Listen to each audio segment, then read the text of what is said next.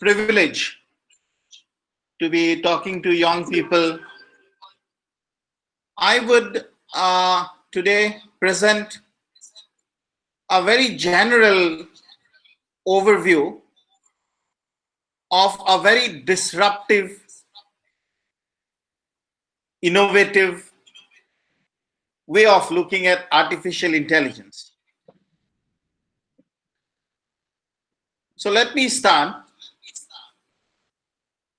by putting the first slide. Can you see the slides? Yes, sir. Yes. Okay, brilliant. So today I'll be talking of blockchain and how blockchains together with artificial intelligence is going to change the world in the near future. Now, the moment you talk of blockchains were once used exclusively for buying and selling bitcoins. But today, they have entered the mainstream of computer applications,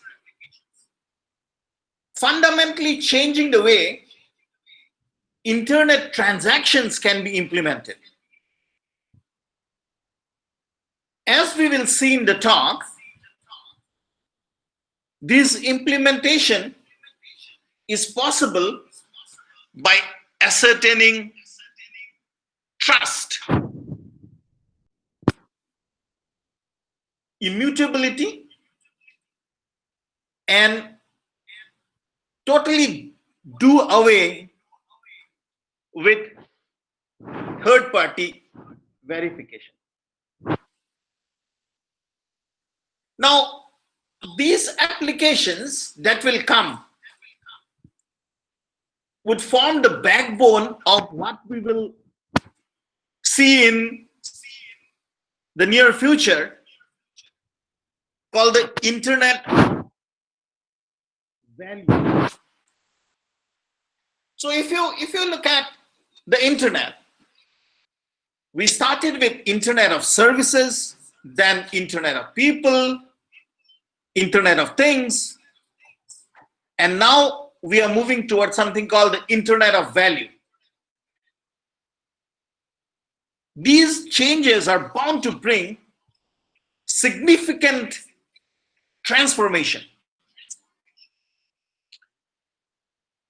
I shall be giving you a bird's eye view of these convergence of artificial intelligence and the technology of blockchains and possibility that this it promises to bring.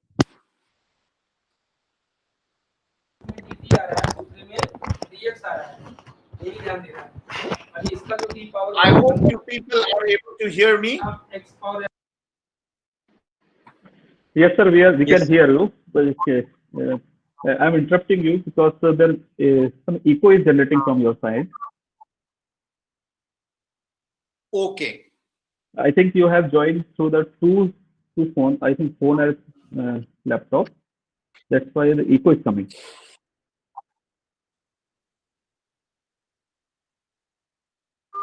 Let me check if I can put my phone away so that the echo doesn't get generated.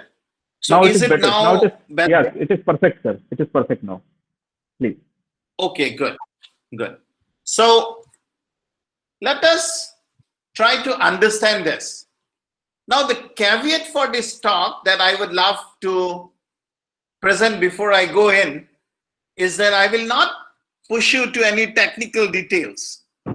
I will just give you some food for thought. And for young people here or in our audience, this should be a brilliant opportunity to look at how you can take up research in this area. So what we mean by AI? Artificial intelligence, as defined by Marvin Minsky and John McCarthy, was about taking any task that could be performed by a program or a machine that seems to require intelligence. So artificial intelligence was about building artifacts capable of displaying in controlled, well understood environments behavior that we consider to be intelligent.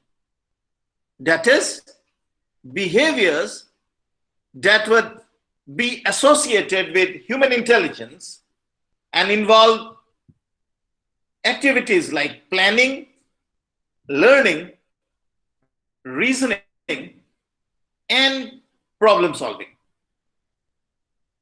Now, the recent resurgence in AI is actually fueled by big breakthroughs in machine learning, especially within the field of deep learning. And therefore, this FDP that you are organizing is very relevant. But then, one particular point we should not forget is that even though there has been an explosion of available data, making training of machine learning algorithms more effective, there is still problems that we see in general AI. Problems requires knowledge, and this knowledge that we have accrues through a process of learning, and machines need the ability to explore the world and acquire the requisite knowledge. This is the genesis of machine learning within AI.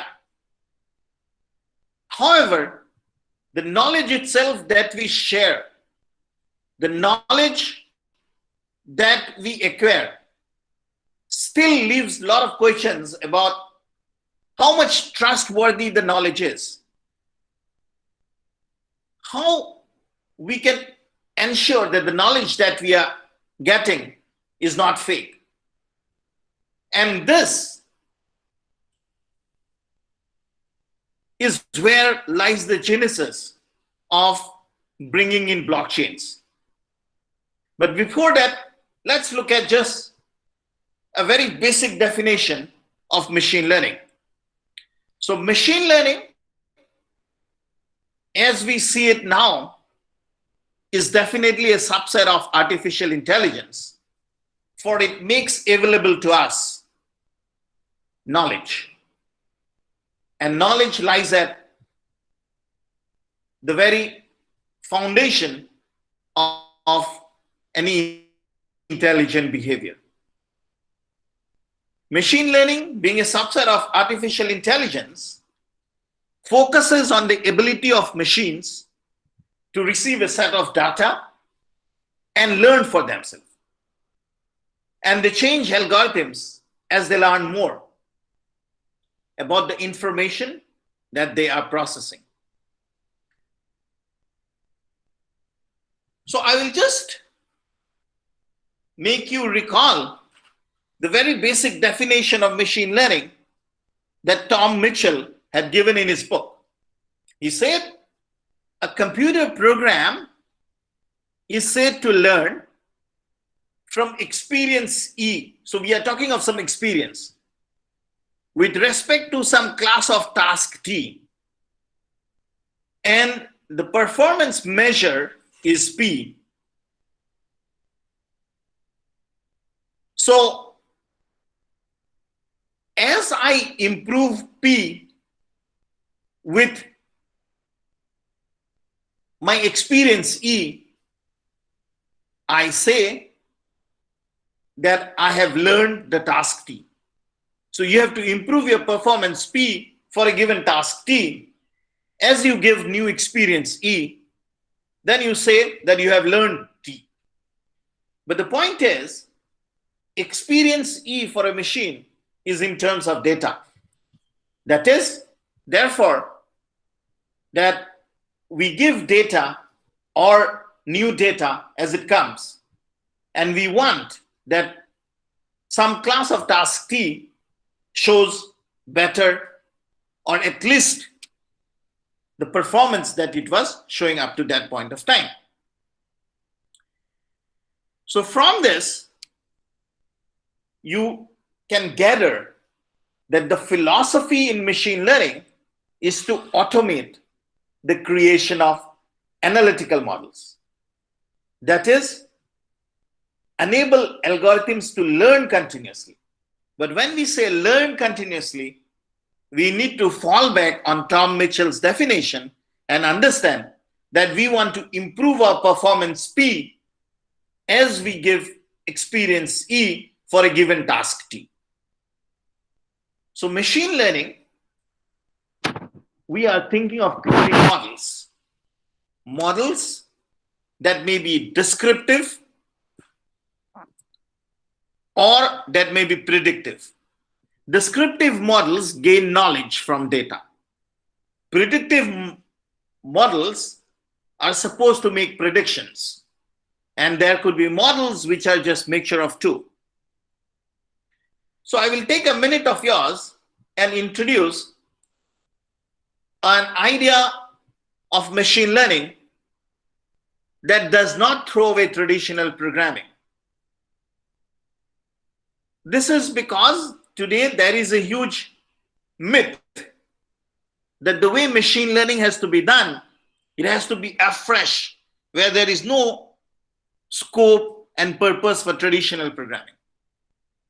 This is not true. One needs to understand that machine learning is just a way of gathering new experiences for improving your traditional programs, if you really want an automated system. And therefore, you need to understand the interplay, the interaction between machine learning and traditional programming. So just to remind you, take 1 minute of yours, and here is a slide that shows you what traditional programming is. I'm sure nobody wants to hear this from me, but in traditional programming, what do? You have data, you have a program, and you are expecting output. Now contrast this with machine learning. In machine learning, whether I'm talking of supervised, unsupervised, reinforced, I'm not going into those details. I'm giving you a very bird's eye view, a very abstract view of machine learning. In that abstract view of machine learning, I have data and I have output. What I am expecting is a model, or loosely translated, this model is nothing but a computer program that could explain this output given this data. Whereas in traditional programming, I was given data and I was expected to get a program that could tell me what would be the output. Now, what is the interplay between this idea of machine learning and traditional programming is that given a model that you can generate out of machine learning, you can take this model from here, plug it in to your traditional program, and get better outputs because your program is now better developed. Given this output that you have gained, which in parlance of Tom Mitchell is experience E, you can put back this experience into the machine learning module to get a new and better model. Therefore, it's very important for us to realize in the very beginning that machine learning and traditional programming are intertwined. If you really want to develop an automated system that works really autonomously, it is important for us to have this idea that only machine learning, without recourse to the very fact that we can use this machine learning programs to generate outputs, and the outputs are our newer experiences. This whole idea of getting automated programs for doing tasks by either an autonomously driving vehicle or by financial transactions that can happen automatically for you, it would be very difficult. So that is why I have tried to emphasize one more time here that machine learning and traditional programming needs to be intertwined, and they run on one in support of the other. Even though when you are developing a machine learning model for the first time, it doesn't look like that you are doing any form of traditional programming. But think of this. Take that model that your machine learning program has given. Check it out in a traditional program if you're getting good outputs or even better ones. Take this, put it back to the machine learning module, and you'll have better models as well. Given this, we are to remember that machine learning is a method of data analysis that somehow automates this analytical model building. That's the working definition for me for machine learning. So the working definition of machine learning for me is a method of data analysis that is about automating this analytical model building. Whether this method of data analysis is data driven or knowledge driven gives us to two broad categories of machine learning. I'm not talking of the categories of machine learning that you know, the methods, supervised, unsupervised reinforcement. They are, of course, the ways that we achieve machine learning models. But what I'm saying is that this analytical model building itself, whether I am doing supervised or I am doing unsupervised or I am doing reinforcement learning, could be either data driven or could be either knowledge driven. So in data driven instances of machine learning, we do data acquisition, verification, and then work on this. In knowledge driven systems, we are more interested in things like rational inference. Okay, so deep learning has emerged as one of the largest used data-driven machine learning algorithms, where all machine learning, almost all, 90% of all machine learning applications today are data-driven methods. Now, knowledge-driven methods are also attractive. They are attractive only because of the non-data part, because they do not involve data. Now, it's a completely different story that the knowledge-driven approach is based on rational inferencing. I don't want to go into that. But what I want to emphasize is that today, most of the machine learning applications are data-driven methods. But with that comes a huge challenge. Data can be expensive, can be messy. You still have other functions like how do you validate the data? Is the data correct? What is the amount of trust that you have in the data? All this is still missing in these data-driven technologies of machine learning. And this is where comes in blockchain. Now let us take a minute and understand what is a blockchain. A blockchain is a public ledger, okay, where this public ledger is actually shared and agreed on by all users in a distributed network. Data records in this shared distributed public ledger are transactions which are stored in blocks. Now, these blocks have hash values and timestamps.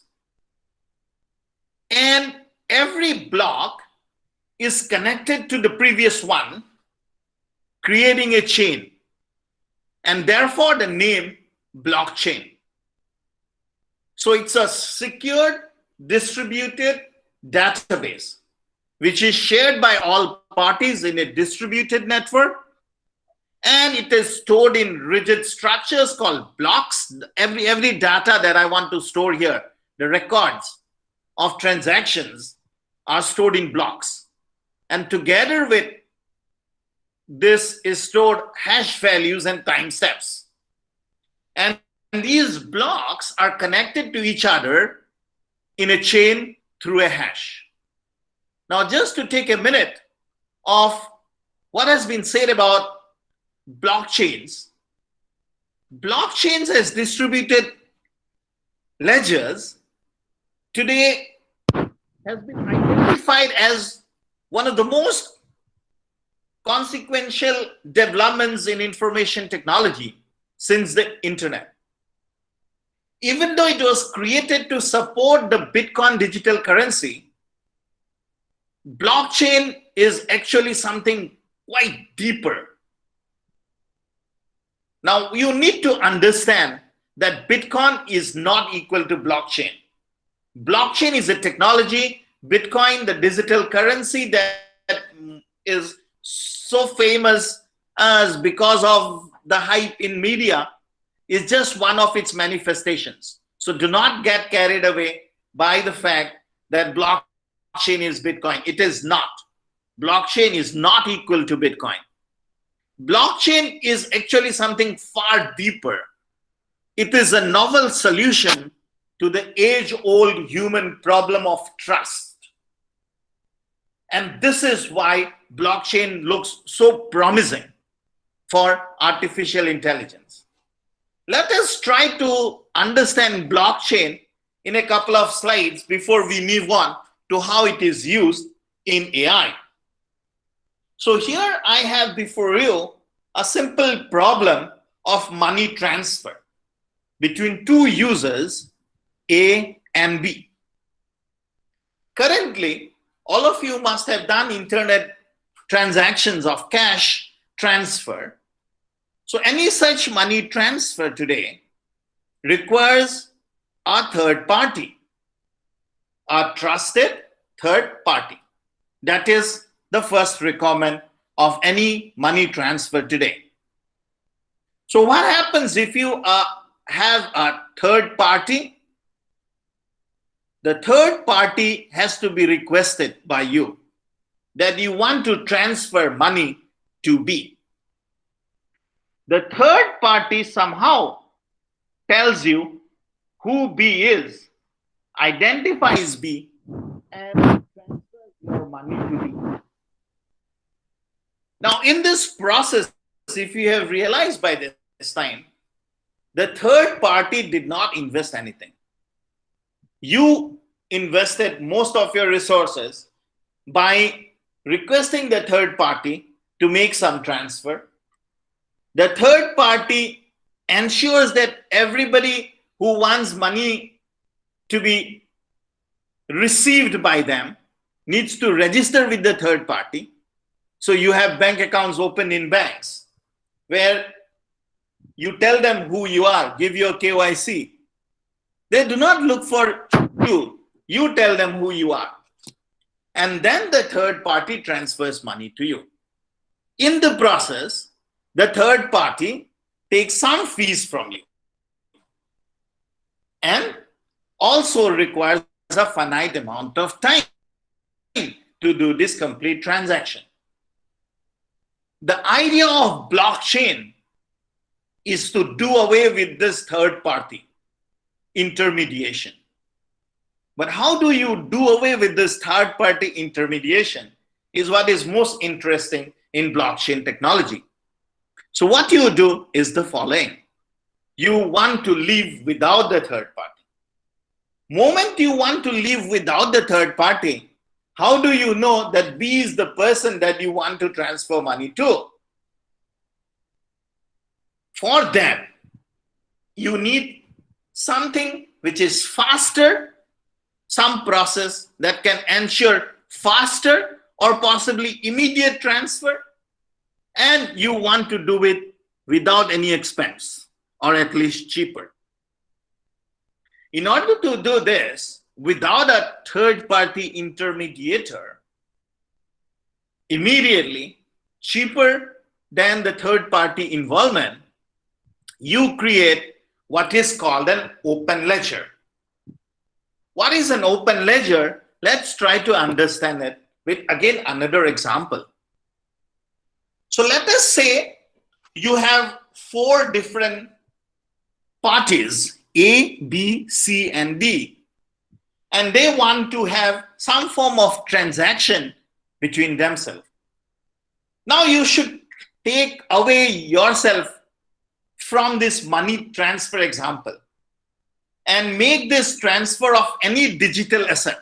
It could be money, it could be computational resource, it could be sensor data, it could be very sensitive medical data and whatnot. So it could be any digital asset that I want to transfer from one to another without a third party involvement. So the idea is to have something called the open ledger. So what is an open ledger? A, B, C, and D wants to transfer, for this example, let's say some money from one to another. So A wants to transfer some money, but before that he must openly declare in a common place accessible by all 4 of them that he has 10 lakhs with him. So that is recorded for all the 4 participants to see. That is why this is called open, and this is a public ledger. So you can see the transaction. Next, A wants to transfer 5 lakhs to B. That transaction needs to be recorded in the ledger. So A is transferring 5 lakhs to B. That is recorded in the ledger itself. And now, anybody in this network can very well see that A started with 10 lakhs, A transferred 5 lakhs to B. Next,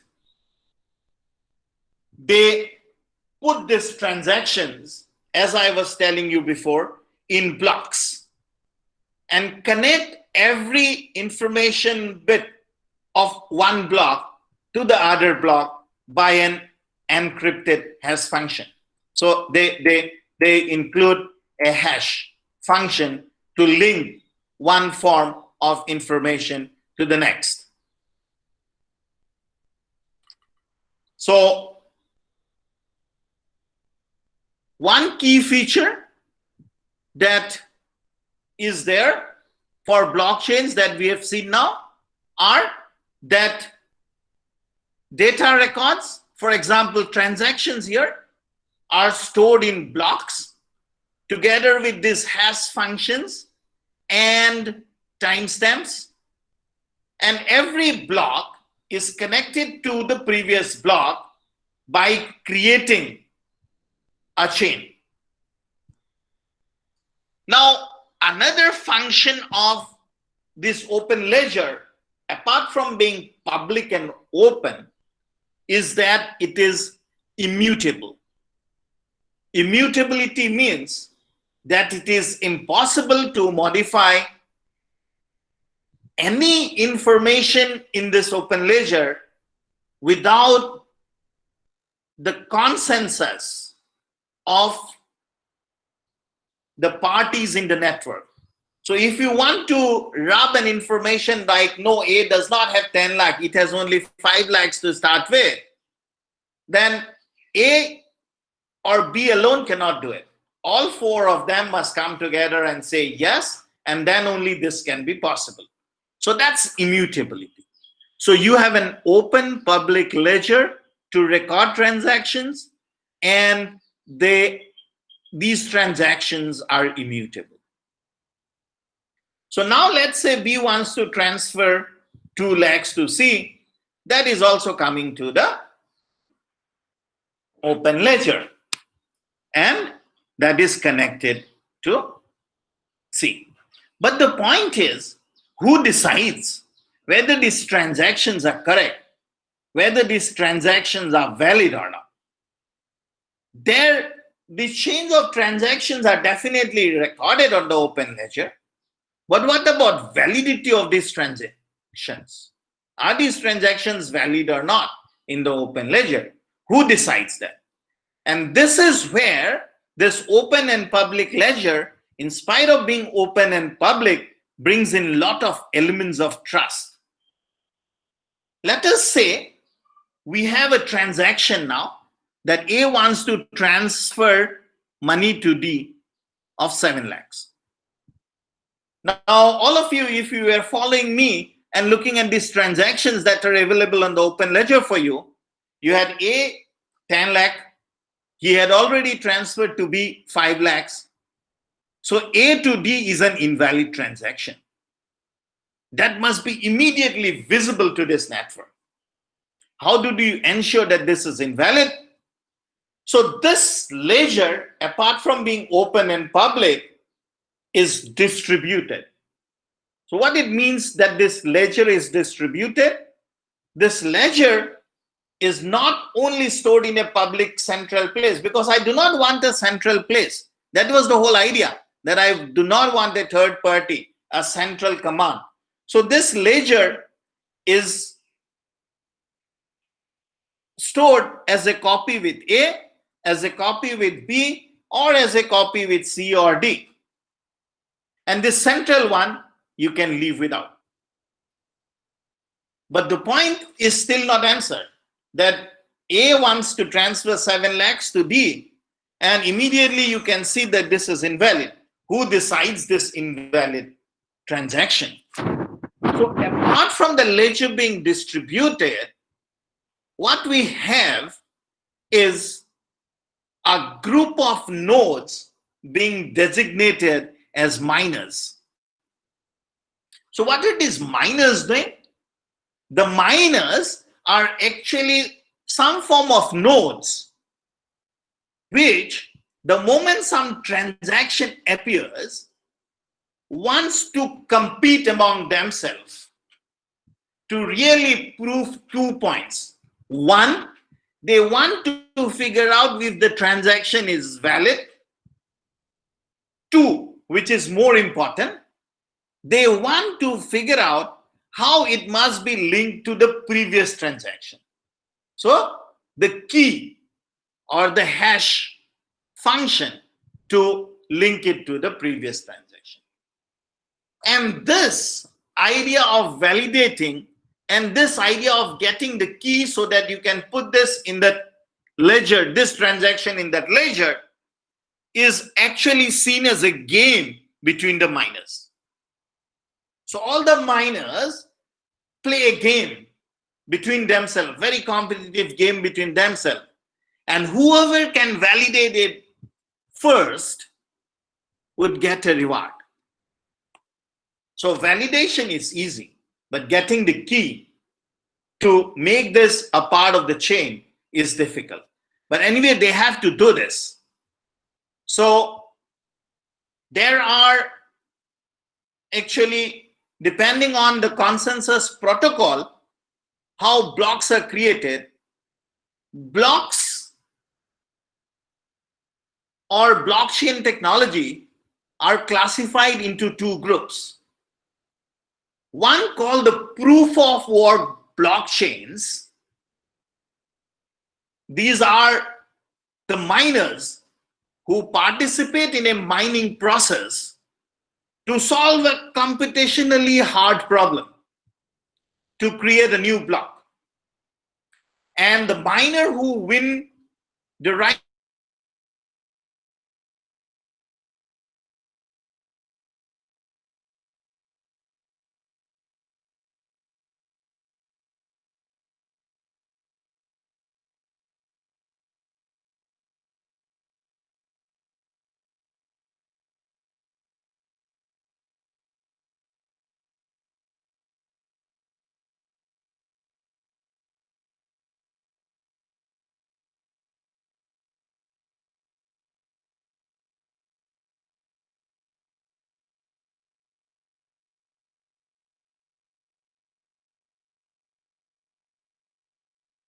generation of protocols are called proof of stake blockchains, in which there is no energy consuming mining process.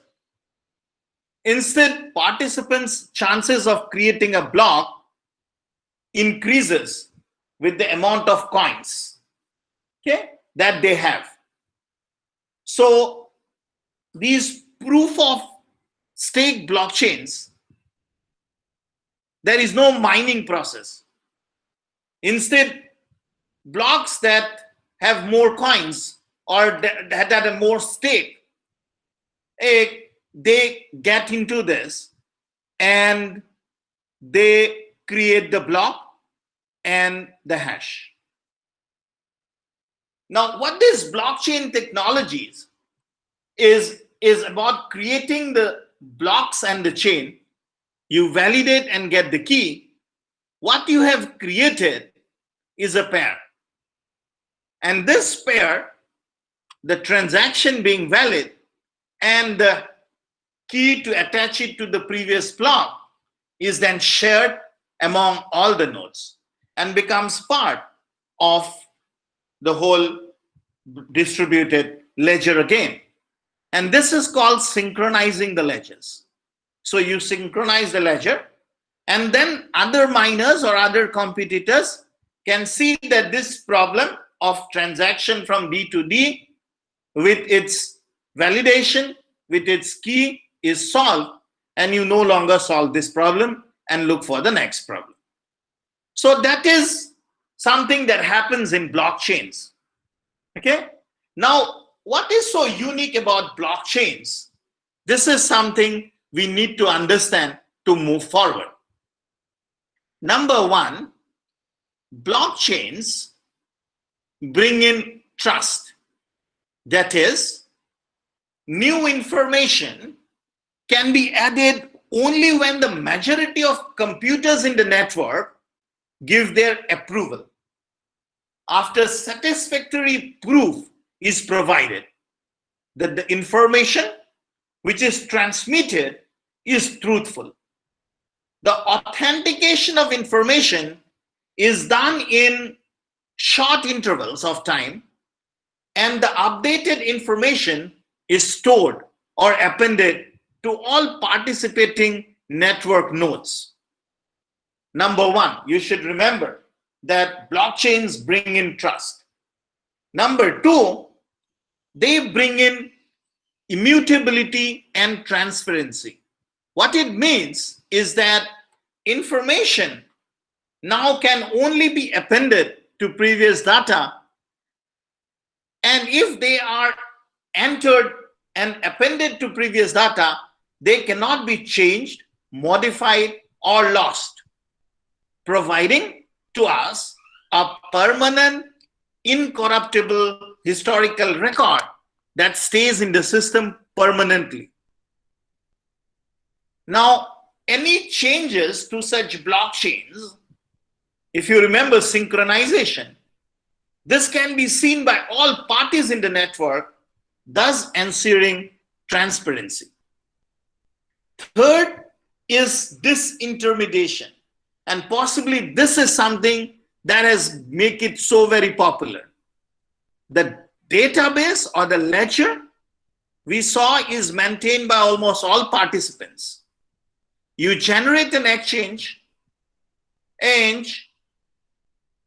without the need for a trusted intermediary to authenticate the transaction or verify the record. What this means is that the two parties are able to generate exchanges without the need of a central controller or a central server. This leads to lower cost, greater speeds, because you have removed the monopolistic power intermediaries or large centralized industry leaders like Airbnb for some industry. You have removed centralized leaders from the game itself. And this is where blockchains come in a path-breaking disruptive technology for ushering in new AI. So integration of AI and blockchains can be a disruptive technology, because let me repeat this in spite of being boring, is that one, blockchains, which are public ledgers shared and agreed by all users in a distributed network, every block is connected to previous block. Key feature of the blockchain is immutability. That is, it is almost impossible to modify any information without having network consensus. And they create trust. Now, AI, on the other hand, if you see, has its fair share of issues like trustworthiness. You never know what data set you are using for your machine learning system. So there is a question of trustworthiness. There is a question of explainability that I will come in a minute. That what you get out of an AI system, it is, what is this? How is this is never answered. So there are questions of privacy. So this marriage between blockchains and artificial intelligence could usher in a new disruptive technology. That is what I am trying to put forward before you. Now, how does this happen? One needs to understand that blockchain technologies power a new serverless internet and a decentralized web in which the participating node or the user is in control of their own data, identity, and privacy. Now, given that, and given the fact that you have decentralized marketplace and coordination platforms for various components of artificial intelligence, including data, algorithm, and computing power, this will foster the innovation and adoption of artificial intelligence to an unprecedented level. Why? Because blockchains will help artificial intelligence decisions to be more transparent, explainable, and trustworthy. This is because all data on blockchain will be publicly available. And AI, or artificial intelligence, is the key to providing users with confidentiality and privacy. So, if you look at this figure that I have put for you, there are two facets to this integration.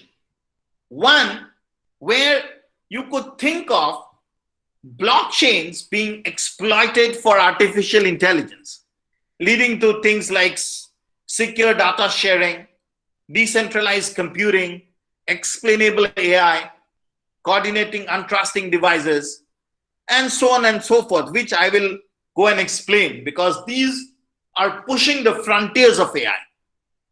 There is a completely other area which is more to do with blockchain research and look for their solutions in artificial intelligence, which I did not prefer like covering here because it's more to do with blockchain technology rather than AI and deep learning methods. So there you could really think of improving governance of blockchain, improving privacy preserving personalization methods, because blockchain, if you remember, it's a public open ledger and you have your health information data. Do you want it to be in a public open ledger without privacy preserving in personalization? So this is an important area which within blockchain AI systems can solve. So this side, the green ones, secure and scalable blockchains, privacy preserving personalization, automated referees and governance are certain problems in blockchains for which solutions may be available in AI, which I have mentioned it here for completeness, but will not cover here in the rest of the talk, only because of the very fact that I wanted to focus today on how blockchains can push the frontiers of AI rather than AI helping blockchains to be more a secure technology. So let us come back to our discussion where we see blockchains suffering from weaknesses such as security, scalability, and efficiency being answered by AI, but that's not what our aim here is. We want to really look for AI's fair share of issues like trustworthiness, explainability, privacy, which could be answered by using data sharing over blockchains. So blockchains, let us take the first one, which is about secure data sharing. So one of the driving factors behind current AI revolution, as I was talking to you in the beginning, is the massive amount of data available for research, development, and commerce. Possibly it wouldn't be wrong to say data is the new gold in today's data-driven economy. Yet, one needs to remember that there are high barriers to getting access to this goal. First, number one, it might be difficult to obtain sufficient data for your training models, unless you are with one of the big players like Facebook or Google,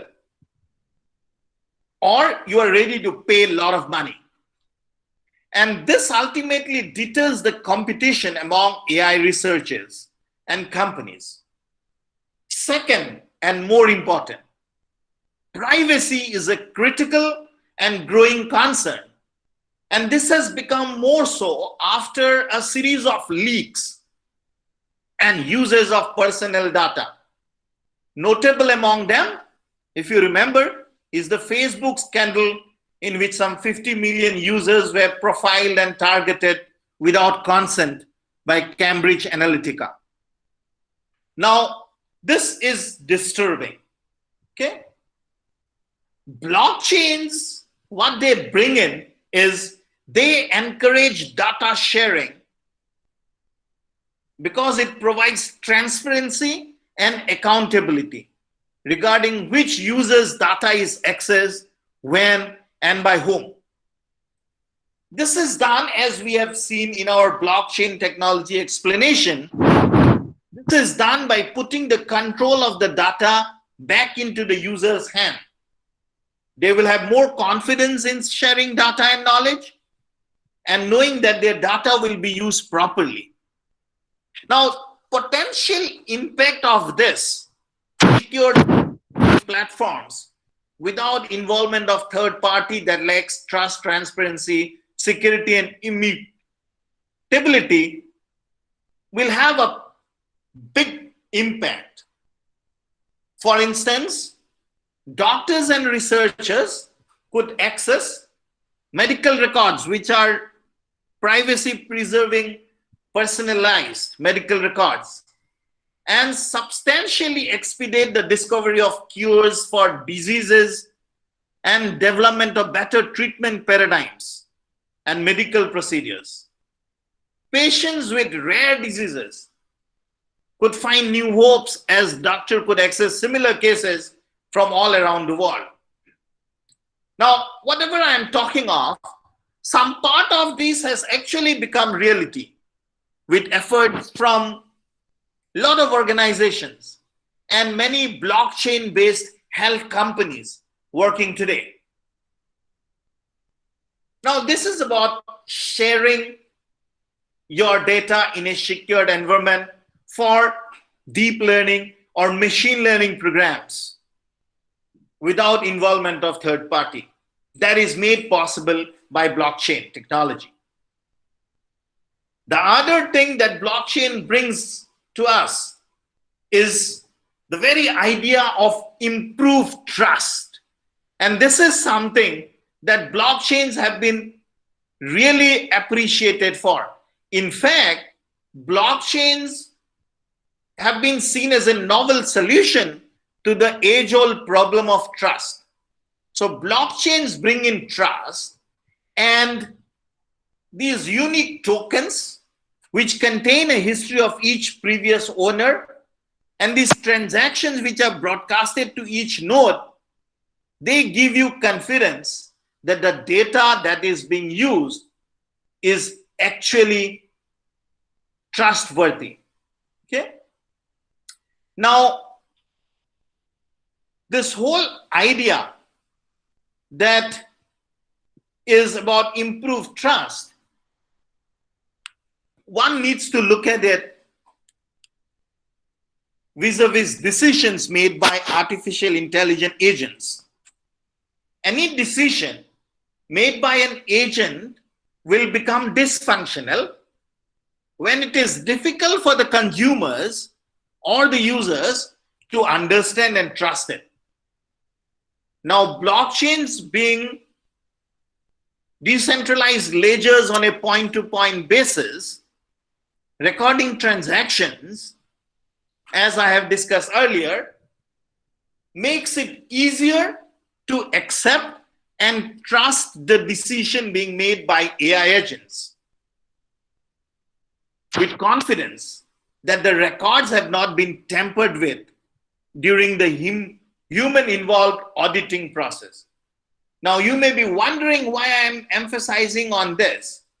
This is particularly because there has been a lot of news lately that many of our AI systems have been shown to be very effective on very tailored data.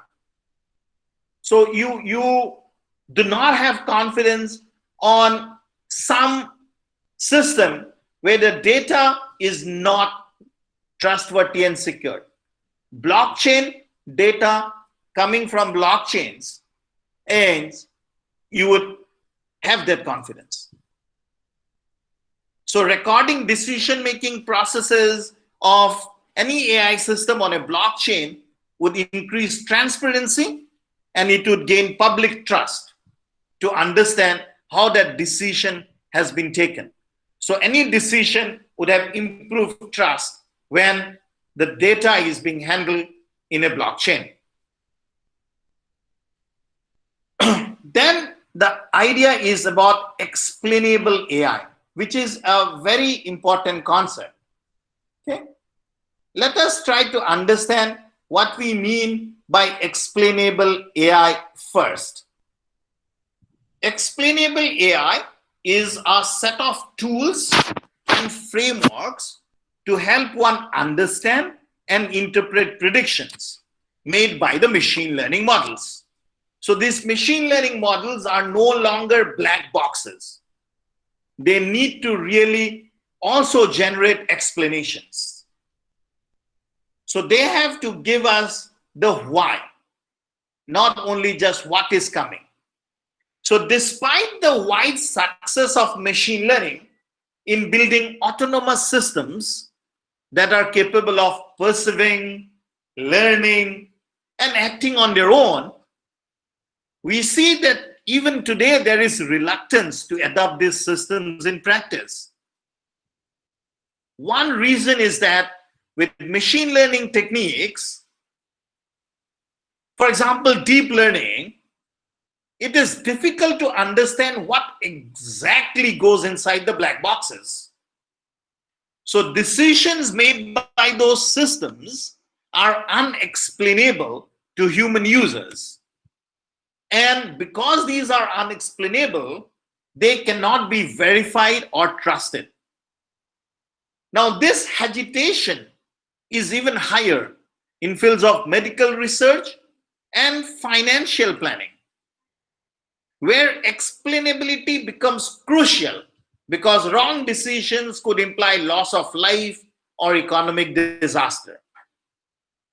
So it is really essential that we have an immutable trail to track the development of the data flow and the complex behaviors of the AI-based system.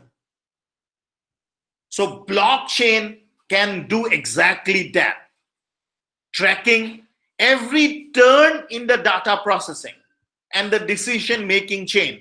Because remember, blockchain records everything in an immutable database.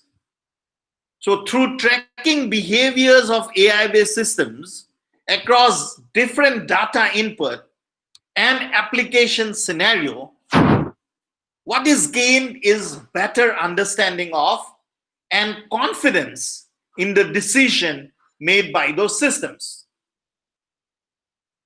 Even better, what happens is human users of these systems will have a clear trail to trace back the machine decision process, making justification of these decisions much easier. And in this process, as you can see in this small flow line that I have drawn, in this process, what happens is that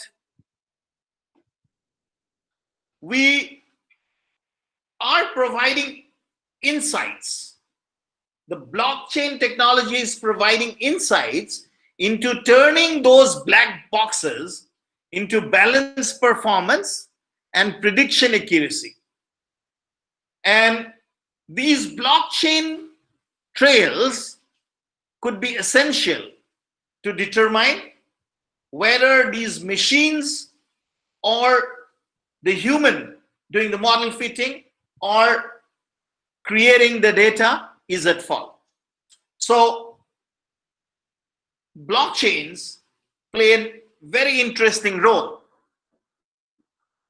in making AI explainable to us. The third interesting development in blockchain is about collective decision-making possibilities for AI. So what do you mean by collective decision-making possibilities for AI? Is that blockchains make it possible. Like, let me give you an example. In a robotic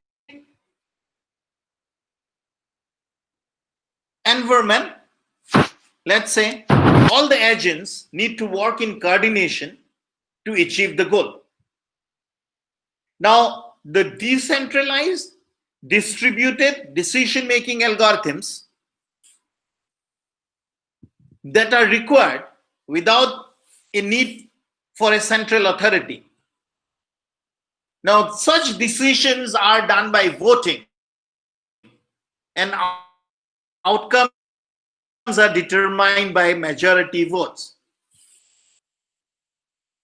Now, this is exactly what blockchains implement, each the form of a transaction, where blockchain is public for all the agents, and this can be used for verification of the voting results.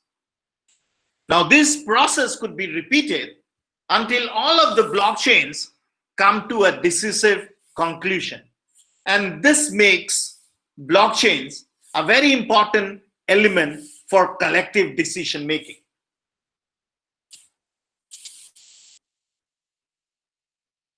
The third idea of blockchains is to make intelligence or artificial intelligence decentralized.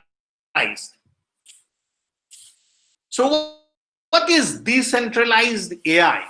One needs to understand this by taking a moment.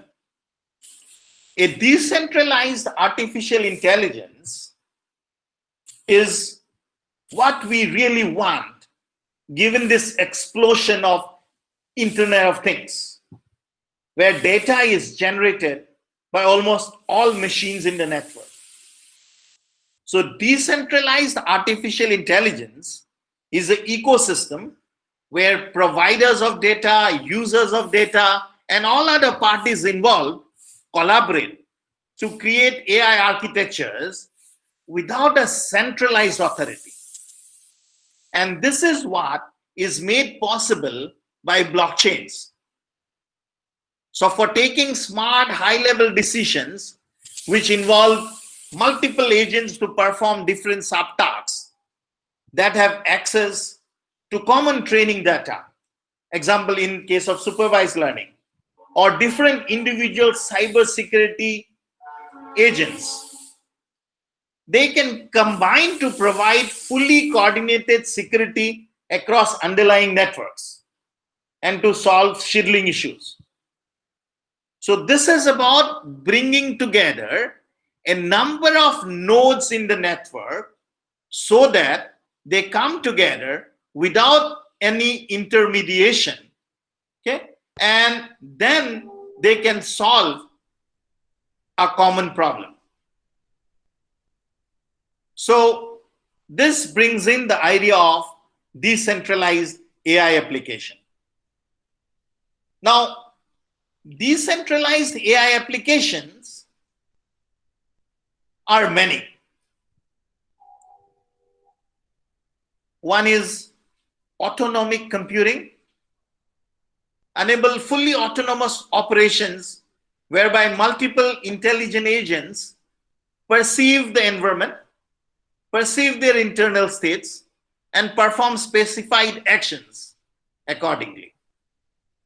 Now, other form of decentralized AI operation is about optimization, which is finding a set of best solutions from all possible solutions.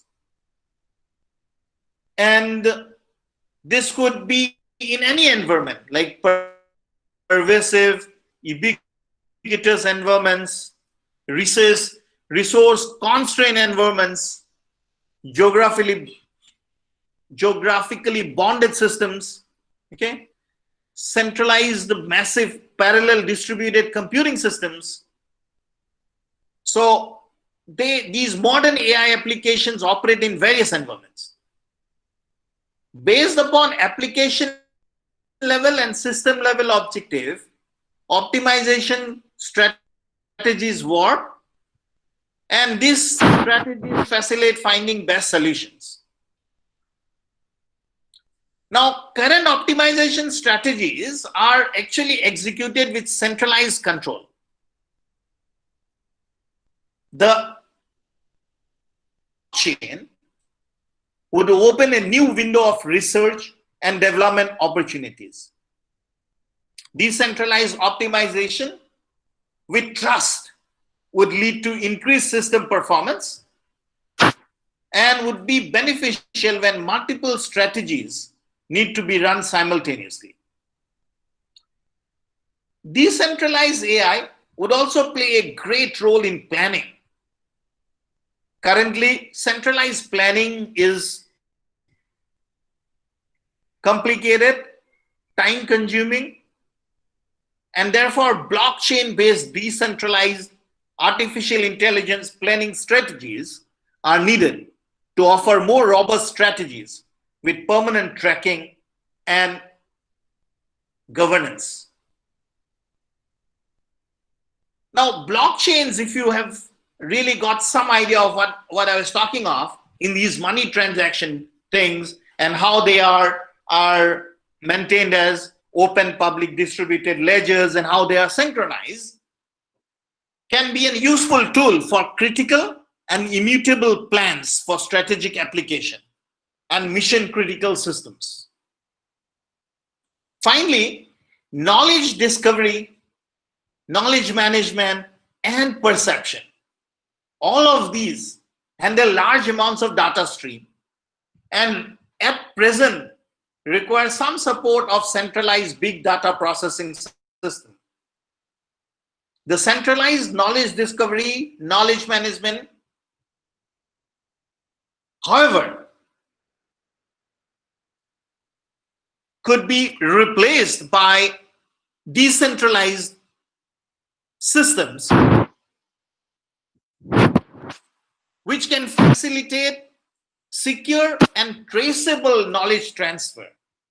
And this would be made possible through blockchains. Most important, one should remember that learning algorithms, which is at the heart of AI application in order to enable automation and discovery, vary in terms of being supervised, unsupervised, semi-supervised, ensemble, reinforcement, transfer learning, deep learning, and whatnot. Now, these learning models solve machine learning problems, from classification to clustering to regression analysis to frequent pattern mining. Conventional learning models are trained and deployed using centralized infrastructure. Now, blockchains can bring in decentralized learning models and can help in achieving highly distributed autonomous learning systems that support fully coordinated across all verticals. And blockchains enables immutable and highly secure versioning of the learning models. So you could have one version of learning model coming from one group at one corner of the network, and then you could have another one coming from other groups. Okay, and blockchains will enable immutable and highly secure versioning of the learning models by maintaining provenance and historical aspects of the data. And these learning models could be then either trained and tested well prior to deployment on the blockchain, or could be trained and tested on the fly on the blockchain itself. So decentralized AI holds a great new idea that can take AI learning to a new level. And you could have things like decentralized storage, decentralized data management, and most important, what strikes me most interestingly is decentralized learning algorithms. To remind you once again, they take inputs from relevant portions of the network and produce highly personalized learning models for each client. In addition, blockchain technologies can facilitate the maintenance of data, okay? And decentralized learning models could become benchmarks for similar clients in the blockchain network, where users do not need to train the model from scratch. And this is most interesting.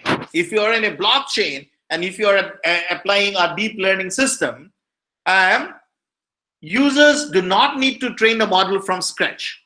Rather, they can incrementally build their own models by tuning and turning new models.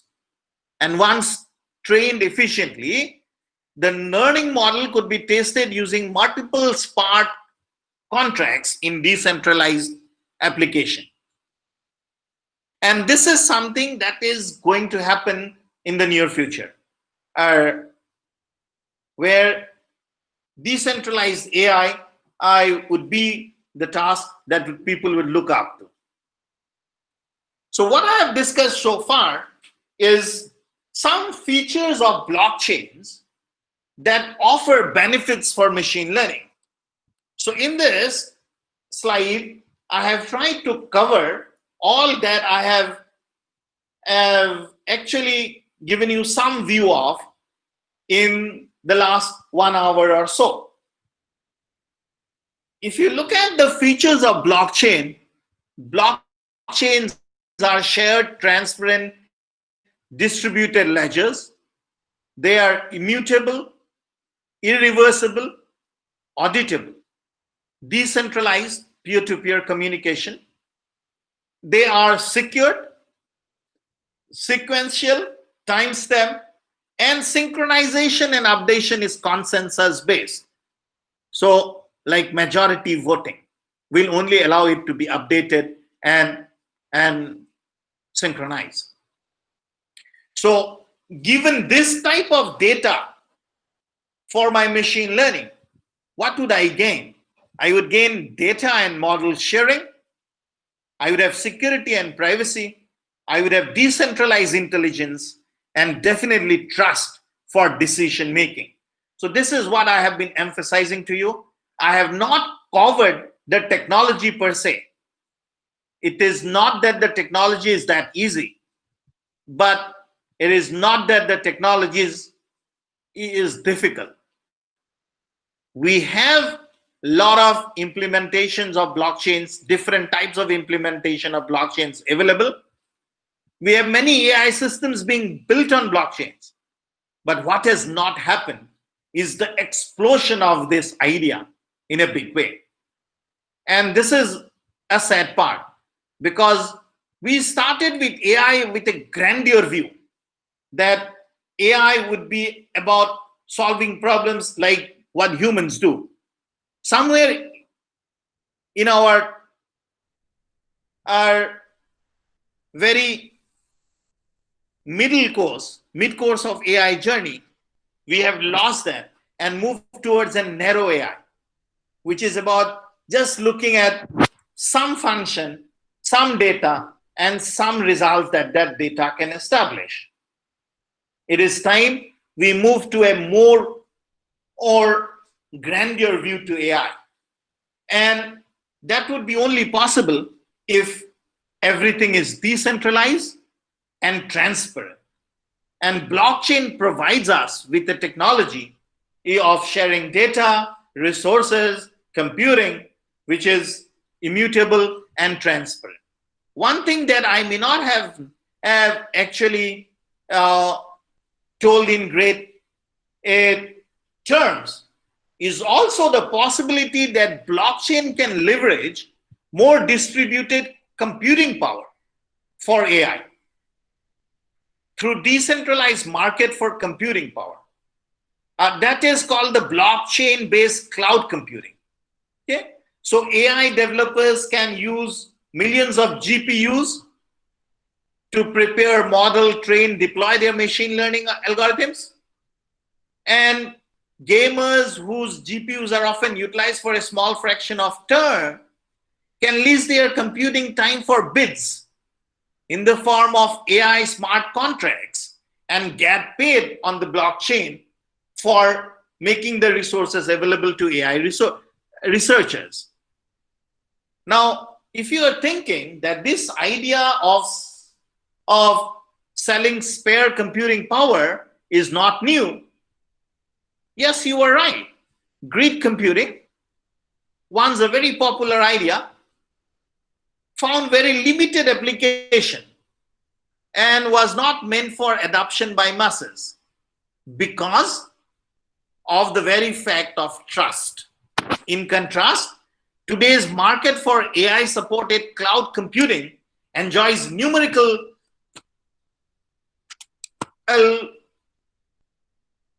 degrees of numerous degrees of application. And further, there is this coordination of untrusting devices in which is untrusting elements are there, like some Internet of Things device or cell phone. Now, on a blockchain, these will coordinate and make joint decisions. In those scenarios, blockchain will serve as a coordination platform in which adversaries can compromise the security only if they hold a majority. And this application can range from updating software for your refrigerator to coordinating robots in tactical missions and many other scenarios. Now, given this, given the benefits, users can control their data and model sharing, data confidentiality and auditability of trained processes are ensured. We have explainable AI. Machine learning could learn, train, derive decision making in decentralized networks. and the immutable records of training data and variables can be reviewed and audited so that we have trust. So basically, blockchain gives a couple of benefits for machine learning that actually pushes the frontiers of AI. And that's why I had called it pushing frontiers of learning with an AI by bringing in blockchain as a technology of data sharing. Now, to finally conclude or move towards conclusion of our talk, let us look at the different facets of AI as I was talking to you about moving from this narrow vision of AI to a broad AI. We have three facets which would take AI or enterprise AI technology space in a big way. One is about cognition, other is about trust, and the third is about collaboration. So if you look at operations such as natural language and image interpretation and machine learning to speed up application development, these are about core AI systems which require some form of cognition and trust. And agents collaborating to distribute or data collaboration among agents, secure AI or privacy preserving data or metadata exchange. These are about secure AI, but requires trust and collaboration. So the basic idea that blockchain brings in is trust and collaboration. Join that with the existing idea of cognition that we have with an AI, and we can actually have collaborative, secure, very core AI systems built in. And this is the very idea of pushing the frontiers of AI by bringing in blockchains. Blockchains gives you trust and collaboration, and they can carry forward this system of pushing secure, core, collaborative AI forward.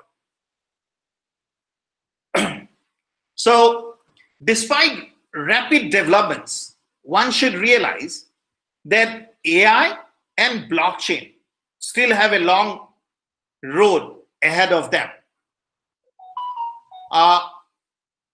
Despite AI's recent advancement in algorithms, enormous amount of computing power and data, it just cannot keep up with the infinite complexity of the human world. And then there are recent security incidents with blockchains and many other cryptocurrencies. Now, these developments suggest that it will be some time until we can enjoy both secure and scalable blockchains for real-world applications. But my emphasis to all of you would be to really look at this very seriously and look at how blockchains can be liberalized, how blockchains can be leveraged in AI to improve reliability, security, transparency, trust, and management of data and algorithms in AI applications, so that in the near future, we really get systems that we can really call general AI. Now, here today, we have just seen a very simple discussion on blockchain. And implementation I have not covered. I have just given you some idea of blockchain in terms of some decentralized operations and an extensive analysis of blockchain applications for intelligent multi-agent systems with respect to decentralized data management and infrastructure for AI would let you realize that adopting blockchains for AI application is still in its infancy. There exist many research challenges to be addressed and tackled in areas related to privacy, smart contract, trusted oracles, consensus protocols, and governance. So, my final comments. We have looked at decentralized collaborative AI. I have just argued on the possibility of this on the blockchain framework, which would enable AI community to collaboratively train models and build databases on public blockchains. Now, this would allow advanced AI models and large data sets to be widely shared, updated, and trained, which could increase the rate of AI adoption and effectiveness. So my final take on this would be that on the road to the future, the companionship between blockchains and AI will provide unlimited innovations, which would be really path-breaking, disruptive, revolutionary to our society. Thank you very much for your kind attention. I can take any questions now if you want. Hello? Yes, if anybody wants to ask any question, please. Hello, sir. Yes. Good morning. Sir, Good I morning. had a question. So, can you please repeat the part where you were talking about the reward that miners were getting for the competitiveness that they were showing in keeping track of the system of the nodes? Okay. Okay, sure. Do you need me to put back the slide, or I can just talk without that? So it would help if you put back the slide. I'll put back the slide. Okay, give me 1 minute. I'll put back the slide.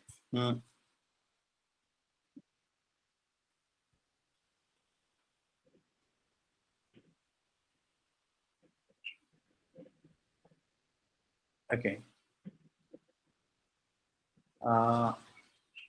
Where is it? How do I put back the slides? Okay, I got it. Yeah. So this is where I go. Present now. A window. This is it. Okay, share. Okay, you can see the slides now. Can you see the slides now? Yes, sir. Okay, Yes. good. Yes, sir. So the question is, after you have an open distributed ledger, which is public and shared by everybody, you have a new transaction. And the new transaction is saying B2D 3 lakh rupees. So who tells you that this is a valid transaction? And this is how do I get this into my previous transaction results? So this is done by two methods, okay, in the blockchain technology. One method is called the proof of work. So original blockchains like Bitcoin and Ethereum users, as the users, a group of users are called miners, and they participate in a mining process. It's a competition to solve a computationally hard problem. What is the hard problem to be solved? One, to validate this, and other, to create the hash key so that I can put it here. So they would have a private key. They would require some public key to be really chosen from here between themselves and get to this, identifying this key. This is called the proof of work blockchain, where proof of work blockchains, miners participate in a mining process to solve a computationally hard problem to create a new block. Now, the miner who would win the right to create the block earns a reward. He is given some form of money and he collects the transaction fee. Now, this, you remember, they have replaced this central portion, and because he was asking for a fee. And now what they have done, they have democratized this by saying, whoever can solve me takes the fee away. So if C solves it, so C gets it first on his list, rest of them put it on their list. But C also has got some reward. So his initial, let's say he initially started with 10 lakhs. So he can now say 10 plus 2 lakhs because of the transaction if he has got that much of money. So that's what the proof of work blockchain method. Okay, that's one, the proof of work. The new generation protocols are proof of stake blockchains in which this energy consumption mining process is done away with. Instead of that, any blockchain that has huge amount of coins with it, that means huge amount of stake in that program, they are the ones that goes in and tries to create the synchronization. So that's called the proof of stake blockchain, which is a slightly different method of blockchain. But proof of work is what I have emphasized for taking forward your AI system. Okay, so that is how ledgers are synchronized. So two problems have to be solved. One, finding the validity of the transaction, which is a mathematical operation, very easy. But the other one is about creating the hash key, which is a cryptographic problem, which is difficult to solve. So that is what I was talking of, how they synchronize the ledgers. Okay, sir. Thank you, sir. Thank you very much. Excuse me, sir. Yes. Hello. Good morning, Yes. sir. Good morning. Sir, in this chain, is this necessary for C? The C have the data about the A? Hello. Yes, because as this is an open public ledger, so everybody has every transaction recorded, everything. So that is what makes it so interesting. It's an open public ledger. So But sir, this chain will be very wide, could be very wide, then it will show irrelevant data to all the participants in the chain. It could be. that is a very interesting question. That is a very interesting question. So as the ledger, I would not say this link is an example. So as the ledger grows bigger and bigger, what happens? And because you would then have so much of entries to be made. And that is where these grids come in. So you would really then identify chunks of blockchains that needs to be really together, and then they will communicate as a group to another group. So then there is other concepts of gridding, okay, which I have not spoken of here. But if you look up any blockchain review, this would be very interesting. How do you avoid scalability? Okay, so I had not talked of scalability here, but scalability is a very important issue, which blockchains have tried to address this problem. But this is a problem. Okay, once you have blockchain, and how do you make it scalable? This is where AI will help blockchain. Hello, sir. AI might be smart enough to increase the block creation rate, which would increase what I am saying is, please unmute your mic, you will hear better. So what I am saying is that in such case where the ledger goes bigger and bigger and we have questions of scalability, AI will help blockchains. So AI might at least isolate those components from the blockchain platform which are required for C. Some AI algorithms may be able to do this.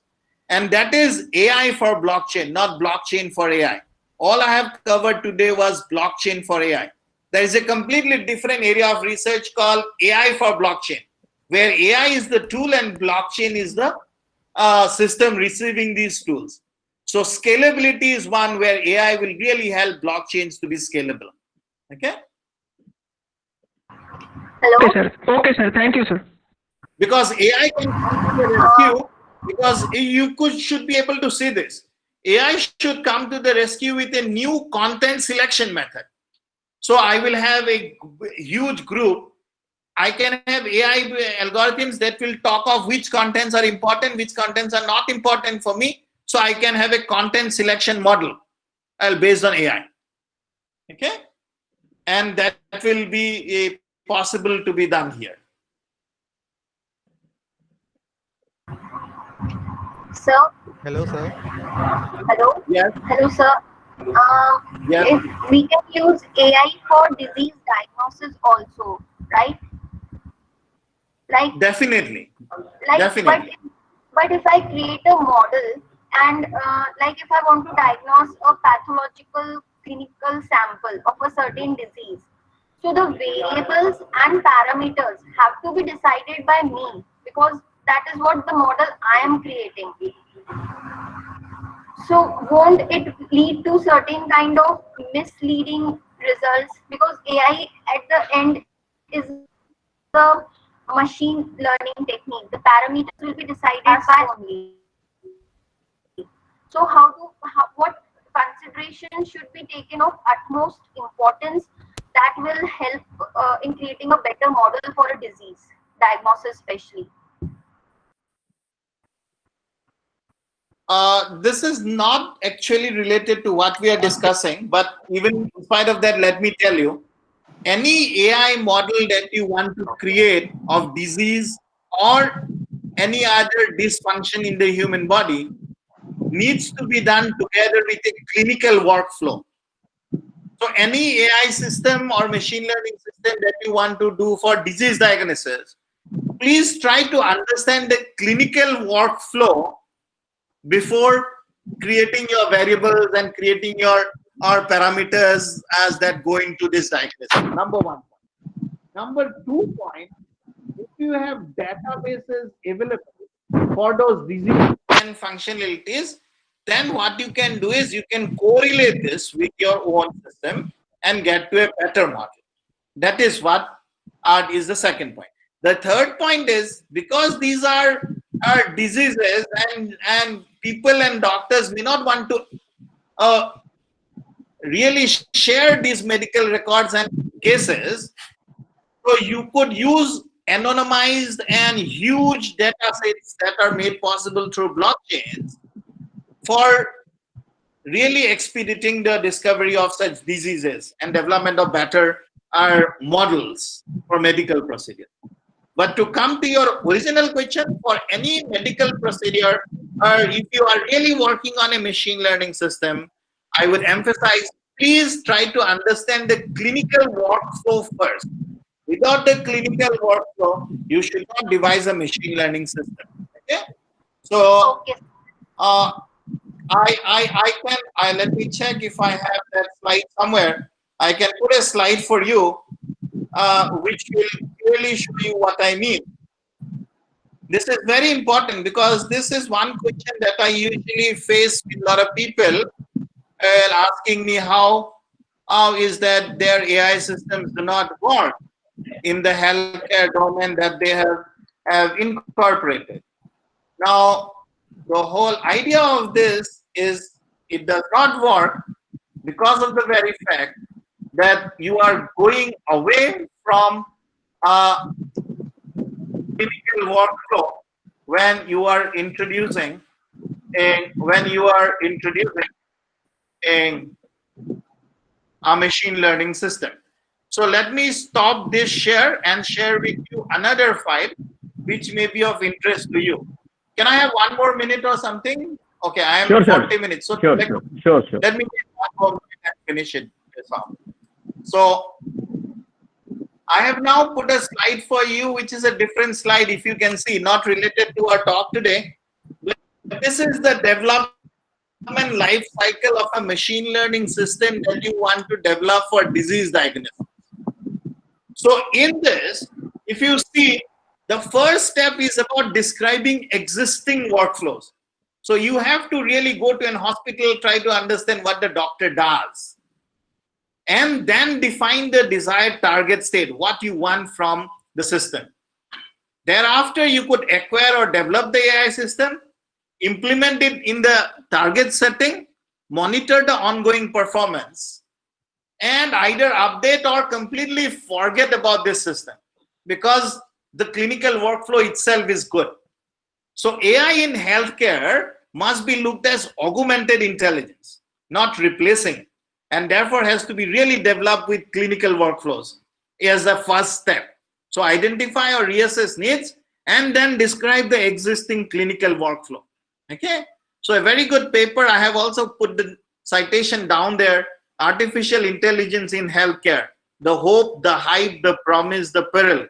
This is a very interesting publication by Metheny and all, where they show how you should adopt a machine learning system for healthcare or disease diagnosis. Does this answer your question? Yes, sir. Thank you. Thank you so much. Thank you very much. Sir, there is a request. Hello, sir. Hello, sir. It's Professor Shweta from Ganpat University. There is a request. Can you throw some light on security and privacy in blockchain? Okay. Okay. Let me talk of security and privacy in blockchain. So, yeah. Thank you, sir. One thing that I have already actually covered was about privacy. Okay, because blockchains go into open domain, so it is very important that we have privacy preserving personalization of our data.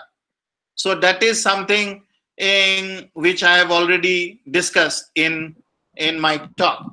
Yes, But in terms of security, there is a huge problem in WhatsApp. Okay, unless most of the adversaries owns the majority mining power, blockchains are almost impossible to hack. That you should understand. Why is blockchains impossible to hack? Because majority must be there before you can do anything. So if I am a hacker or I am trying to disrupt the blockchain system, I must own the majority mining power. So the applications and functionalities that are built on blockchain platforms are what gives security lapses. They are unfortunately not secure. For example, decentralized autonomous organization. And these is things or group of other are functionalities that are built on top of blockchains, and these are not secured. Why they are Yes, not sir. secured? Applications like IOMT, if you are suggesting. Exactly. So Because there is there are need of separate. security. So, sir, if you can just guide me, like what are the areas where security is needed if we are implementing blockchain in IOMT? Okay, so in case of blockchains and in IoT, I would really think of security issues in the application layer. If you really understand what I mean by the application layer, right? Yes, sir. Are you with me in this? Yes. So actually, this is the only point where blockchains are insecure. So you should be able to really isolate the attack component from the blockchain platform.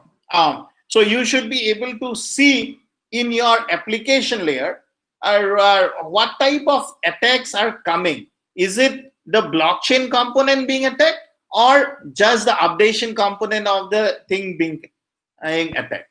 Okay, so you should be able to isolate the attack component from the blockchain platform, and this is possible with AI. And then you can think of observing spikes in transactions and or block creation rates.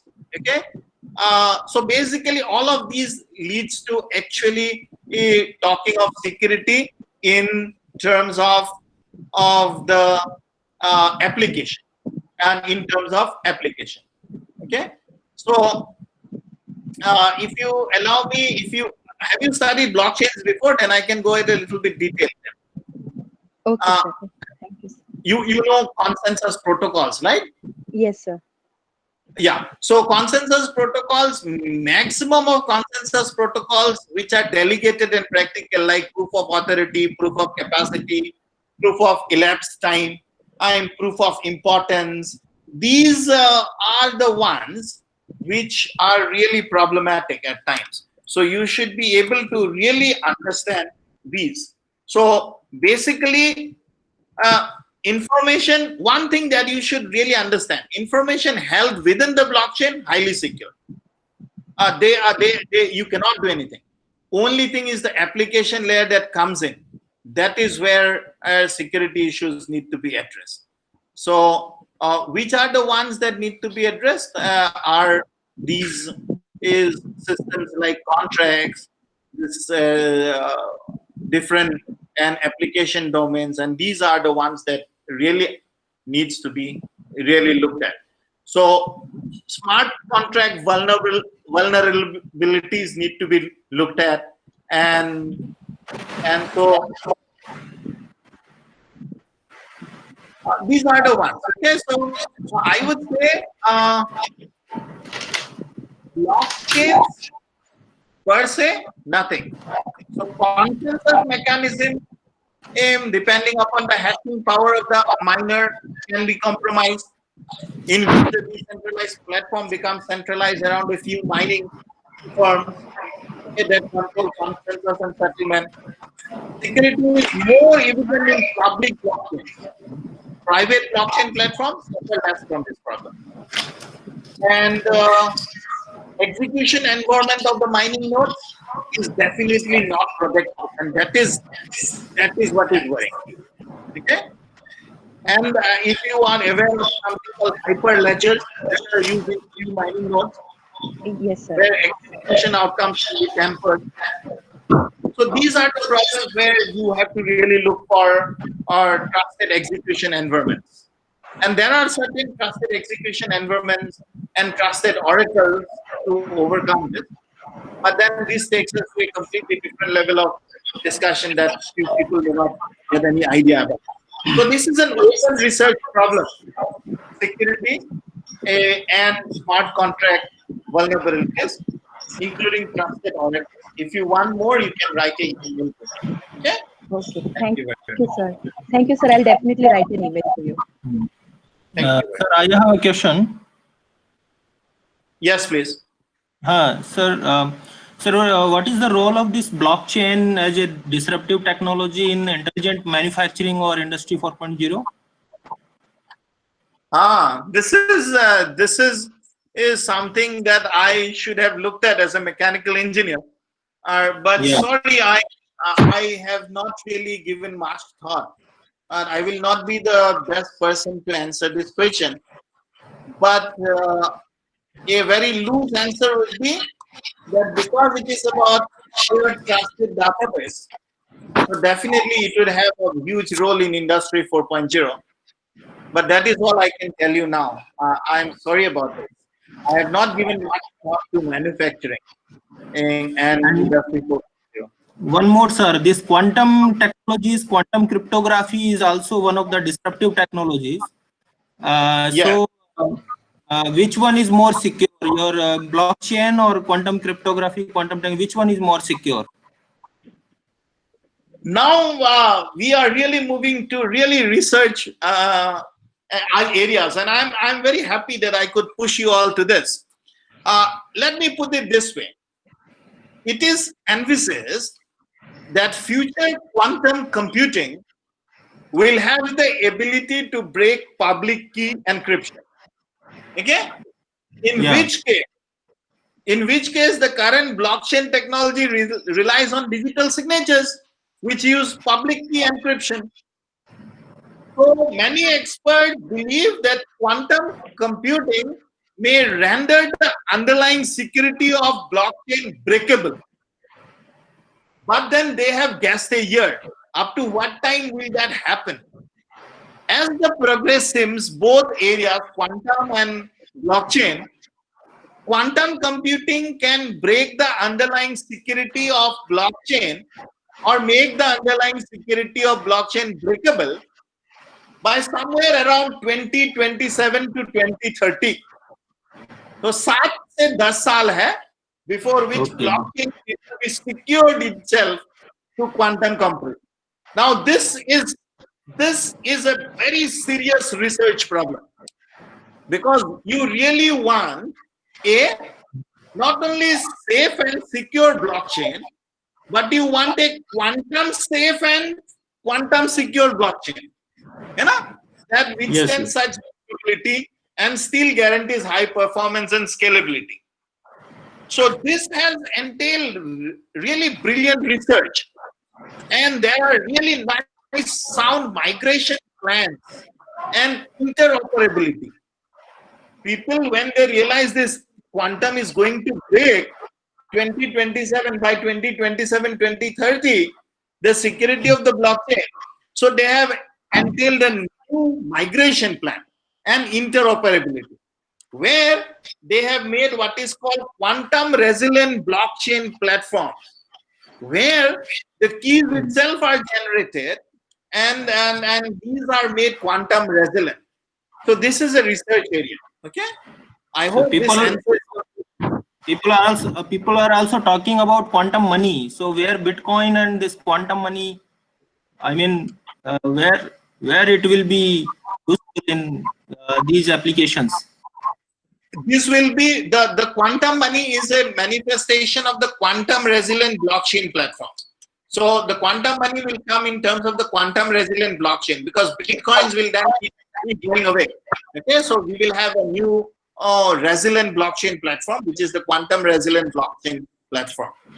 And this is still a research area. Okay. Thank you, sir. Okay, thank you very much. I hope I have addressed few of your comments, except for the manufacturing bit. I am not into manufacturing and industry, so I am sorry about that. But anyway, I will try to find out and write a mail back to you. It was Ankit, right, who asked that question? I forgot who asked that question. Vishal. Sir, Vishal Sharma. Vishal Sharma. Okay, I'll get back to you with an answer. Thank you very much. Thank you, sir. Okay. So thank you very much, sir, for your nice and informative session on AI with blockchain. We have really enjoyed the whole session. We are very much thankful to you. Thank you again. Thank you very much. I will log out now. Thanks. Yes, sir. For Thank your you very much. invitation and your work. Yes.